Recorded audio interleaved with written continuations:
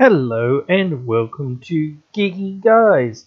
If you're into geeky things, we're the guys for you. Just a quick note before we get into the video for today. If you go onto the Patreon site in the next couple of days, next couple of weeks, there's a couple of exclusive videos that I'm putting up there for patrons. So if you would like to become a patron, now's the best time to do so. You're going to get more exclusive videos per week and per month and whatnot. So go and check that out. As always, all links are in the description. Welcome to this video here today, guys. Whether you're here for the first time or you're returning, today we're getting into another of our Commander 2021 precon deck upgrade suggestions.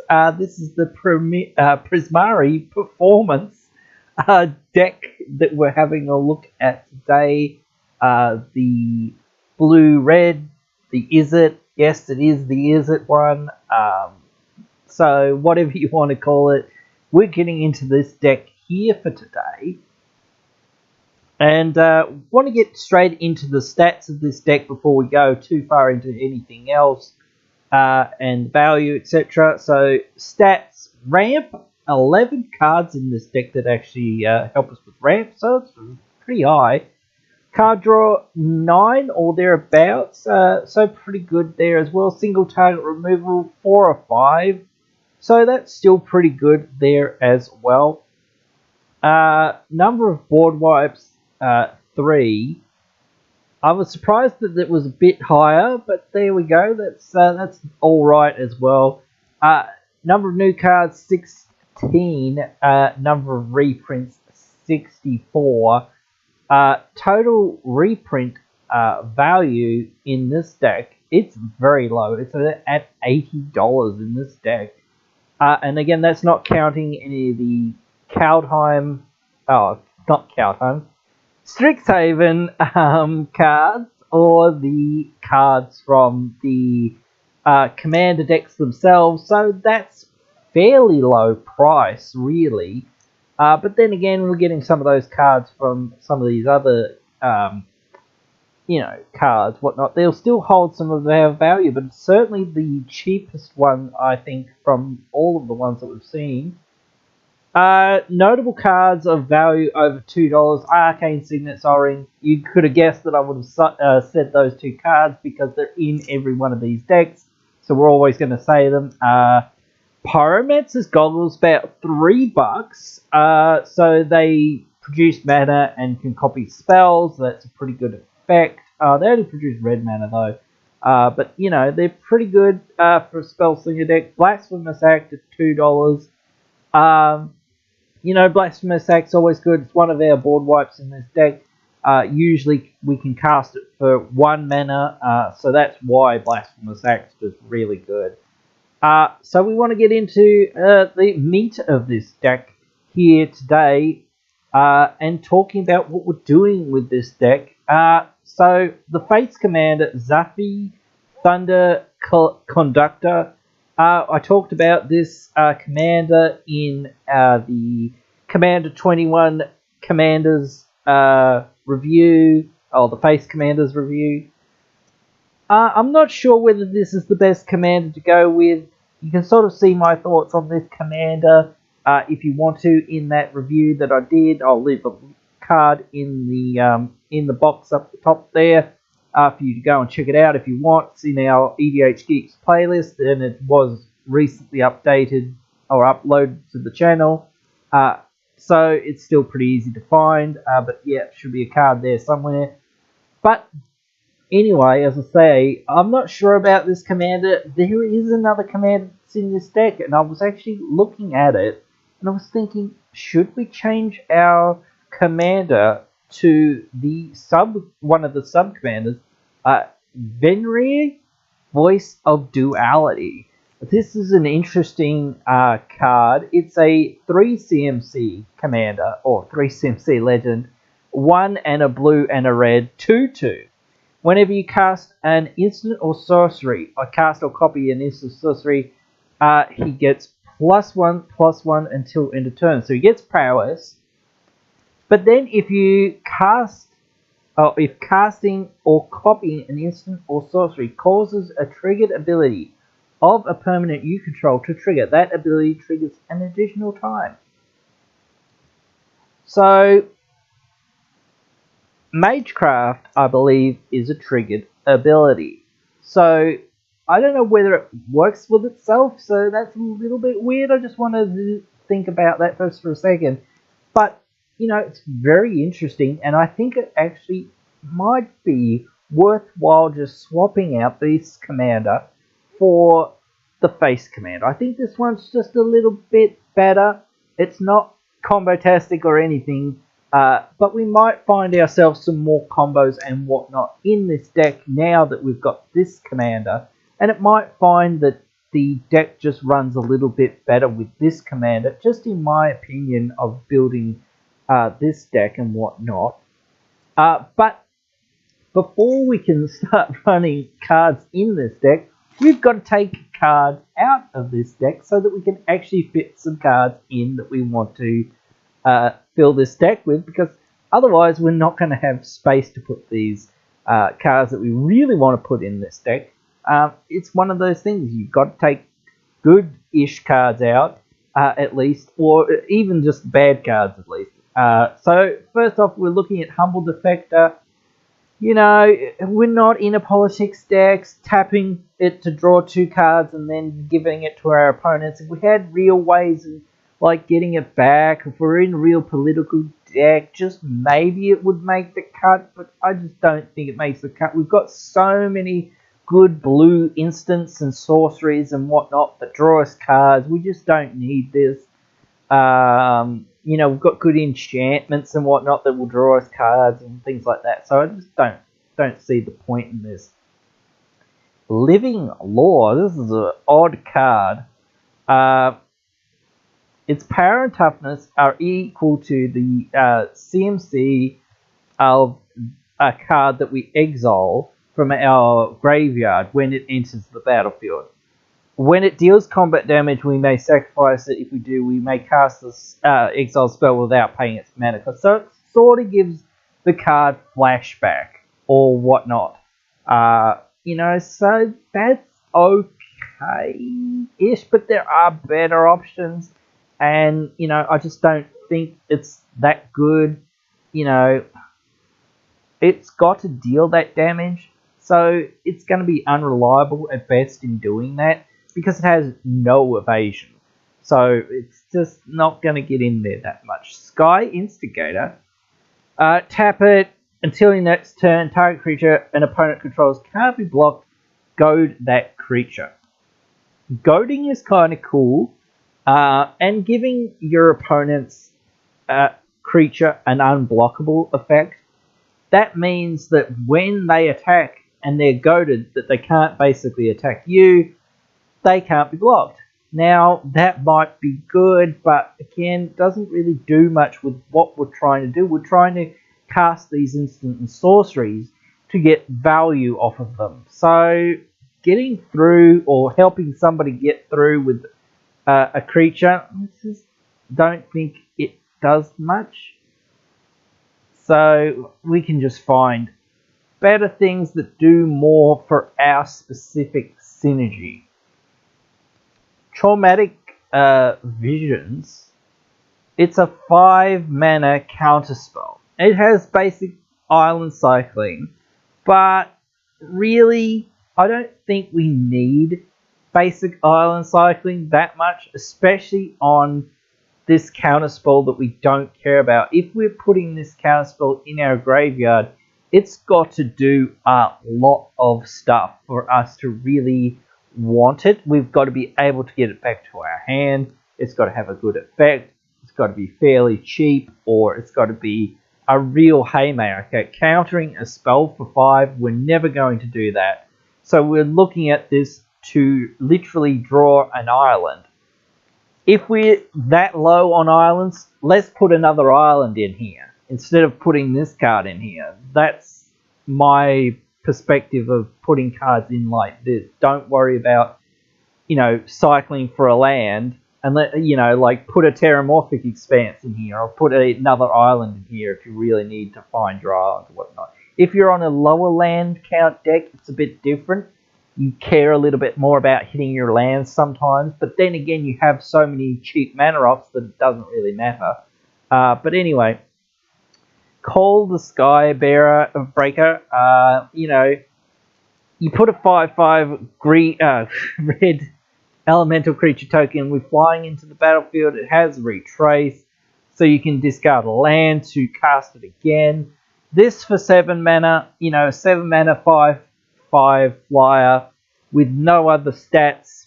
Yeah, that could do something, maybe, if we could copy this spell a few times or whatnot, but we've just got better things that make more bodies for us and do much more effective stuff, so we just don't really want this. Erratic Cyclops. It gets plus X plus O until end of turn, where X is whenever we cast an instant sorcery, it gets plus X. You know, the CMC of that spell, and it has trample. Again, we're not really caring about this. If it made tokens or if it, you know, actually pinged our opponents, we would care a lot more. You know, those sorts of things are the things that we're looking for more so than this just gets big and swole. You know, and again, we don't really have that many big instant sorceries in this deck, or I don't think that we will have that many. So it's just getting big and us just having to get into combat with it and having to figure out all that stuff. I don't think we would worry too much about it. If it gave all of our team that ability, then, oh yeah, we'd be all over it. Be great. But it doesn't, so we'll just find some other better stuff that we can definitely put in here. And the Elemental Masterpiece, you know, creating 2/4/4 creatures for 7 doesn't seem too bad, but the problem is they don't have any evasion. Yeah, we can discard it into our graveyard to make a treasure, but we're not about like flashback or whatnot that much, or we're not about cheating spells back from our graveyard for, you know, for additional effects. We're just looking to cast a lot of cheap spells for the most part and get value out of some of our other cards. Charmbreaker Devils. At the beginning of upkeep, return an instant or sorcery card from our graveyard to hand. Whenever we cast instant or sorcery, it gets +4 + O till end of turn. The problem here is it's 6 mana. And we just don't really have enough time. Once we get to 6 mana, we really need to be trying to close out the game. We don't need to get this random sort of card advantage here like this. This just doesn't do enough for us. We need to advance a lot more when we're getting to the point of casting something like this. This just sort of doesn't do enough for us. Inferno Project. Enters the battlefield with X +1/+1 counters, where X is the total mana value of an instant and sorcery cards in our graveyard.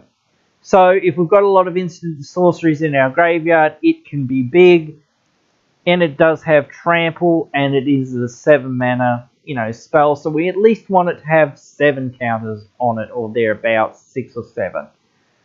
So having, you know, 7 CMC of spells in our graveyard isn't too hard. If we have a 1 CMC, a 2 CMC, that's 3 CMC.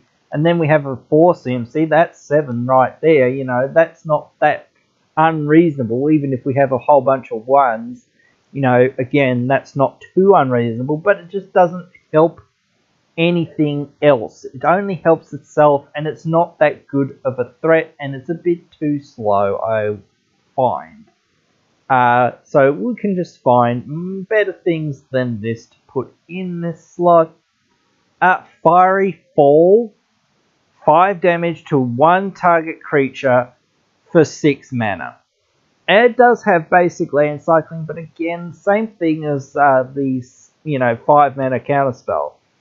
We can do somewhat better in blue effects to kill a creature. And again, if we really need to get more lands, then we just should put more lands in this deck. But I've looked at the number of lands in this deck. It seems fine. I just don't see the point in having these basic land cyclers. Really, I don't see the point. Letter of Acceptance taps 3 mana for an artifact that taps for 1 mana of any color. We pay 2, sacrifice it, and draw a card. Commander's Sphere is a card that we would rarely want to play, and that is way better than what this card is. So we just don't want to play this. This is not a card that we want to play at all. You know, it's just not powerful enough. It's not good enough. Even Commander Sphere is, you know, just borderline being not playable for the most part. You know, some people do play it. I've played it. It's just fine in some circumstances. But in other circumstances, it is just a bit too much mana. Depends how much our commander is, but since we're changing our commander to being a cheaper commander, it's certainly not really worth it that much. Drawing a card's nice, but again, Command Sphere just does it for free, and that's barely playable. So we can just find better things. We can even put Command Sphere in this slot. Be much better. Wildfire Devils, when it ETBs, and at the beginning of our upkeep, we choose a player at random. That player exiles an instant sorcery from their graveyard. We copy that card and we cast the copy without paying its mana cost. So we're effectively paying, you know, whatever, the 4 mana to cast something at random from somebody's graveyard. If they don't have anything, then we just sort of whiff. If they have something, then we get it at random. We don't even get to choose what we get. We could get something that's, you know, okay. Most people just either run ramp, removal, or card draw for the most part. So those are the main things that we're going to hit. But again, how good is that? Just to copy someone else's instant sorcery. But again, it is every turn. And it is when it enters, so it does do something right away, but I do think we can find better. We just want more spells that do more things for us. We don't need this many bodies and whatnot. We need to cut back on our bodies so that we can have more spells that do more for us. In saying cutting more bodies for spells, Crackling Drake, it enters the battlefield and it draws as a card. That's good. It is a flyer and it does have a lot of power. Its power is equal to the number of instant sorcery cards we have in exile and in our graveyard, which is pretty good. But again, we just don't care about that many bodies. The cantrip for 4, not that impressive in Commander. If we want to draw some cards, let's put some more card drawing. We want to draw more than one card. And that's so, no, I just think we can find better. Radiant Performer, when it enters the battlefield, if we cast it from a hand, we can choose to copy target spell or an ability that targets only a single permanent player. That spell gets to copy for each permanent or player that ability could target, you know, basically. So it targets everything. So if somebody goes to Chaos Warp something, or if we go to Chaos Warp something, we can basically cast this with Flash to basically Chaos Warp everything that's on our opponent's battlefields. So things like that can be good, but again, we just want this more in spell form for the most part. And there are some cards that are like that, but we might not even be able to put that in here that much with all the other cards that we want to put in here. Rutha, Material Archist. We pay 2 mana, return it to our hand, and we get to copy an instant or sorcery we control, and we may choose new targets for the copy. Quite interesting, quite good. But again, just I think too many hoops to go around. Then we've got to cast it for 3, and then we've got to bounce it for 2. So it's effectively a 5 mana, 1/4 to keep copying instant and sorceries. We can just find other things that copy instant and sorceries. So I think we just get this out of here. Again, going to go over the lands very quickly. Temple of the False God, get it out of here. It's a trap. Study Hall, it's just bad. Prismari Campus, again, if you're on a budget, keep it in here if you really want to, but we can find much better than this. So, yeah, you know, there's a couple other lands that are in the whole set and whatnot, but for the most part, we're probably right on with where we're at with this. So now we want to look at the cards that we actually want to add into this deck. Rail Storm Conduit. It's a pretty good planeswalker. Whenever we cast or copy an instant or sorcery is the main thing, or it's static text is the main thing that we care about. Whenever we cast or copy an instant or sorcery, deals 1 damage to each opponent, or is it each opponent? To target opponent, sorry, or planeswalker. We can tick up to Scry 1 rather. Deck 2, when we cast the next instant or sorcery spell, we copy that spell, then we may choose new targets for the copy. So, you know, it does help us copy things, and it does ping our opponents, so that's good stuff there. There are infinite combos that we can do with it, so that's the main thing that we're, you know, why we're running this sort of a card. Crackling Thumbless, very good. You know, whenever we cast an instant or sorcery, we flip a coin. If we lose the flip, we return the spell to our hand. If we win the flip, we copy that spell, and we choose new targets for the copy. We don't really care if we whiff too many times, because we can just keep casting and copying things with other effects as well. So we'll just get copies anyway, so it won't really matter. Jeska's Will is incredibly good. Ancestral Recall that actually nets you mana is apparently really good. Our commander is going to be on the battlefield a lot of the time. Again, some of these abilities like Raoul and Crack are going to trigger twice because, again, they're a triggered ability, so that certainly is worth it. Again, I sort of said that we're cutting down on permanents or on creatures and whatnot, but you know, we really want the ones that do a lot and do a lot of good stuff that we really, really want. Like Murmuring Mystic makes a 1/1 bird with flying.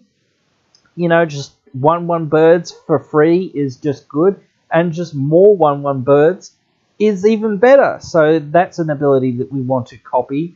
Stormkin Artist, another new card from Strixhaven. I don't think it's in the precon deck, or I couldn't see it in the precon deck. Adds a treasure whenever we copy cast or copy an instant sorcery. Gets +1/+1 +1/+0 for each artifact we control. You know, just giving us those free treasures is really good. And if we get to copy that ability, that's even better. Burgi gives us a red mana whenever we cast a spell. So that's really good. Getting more mana is even better. So those are good things that we want to be doing. Archmage Eternus, a new card from Strixhaven. Whenever we cast or copy an instant or sorcery, draw a card. That's really good. Drawing 2 cards is even better if we get to copy it. Past in Flames, we can basically flashback all of our instant and sorceries from our graveyard. We want to use a lot of instant and sorceries in this deck.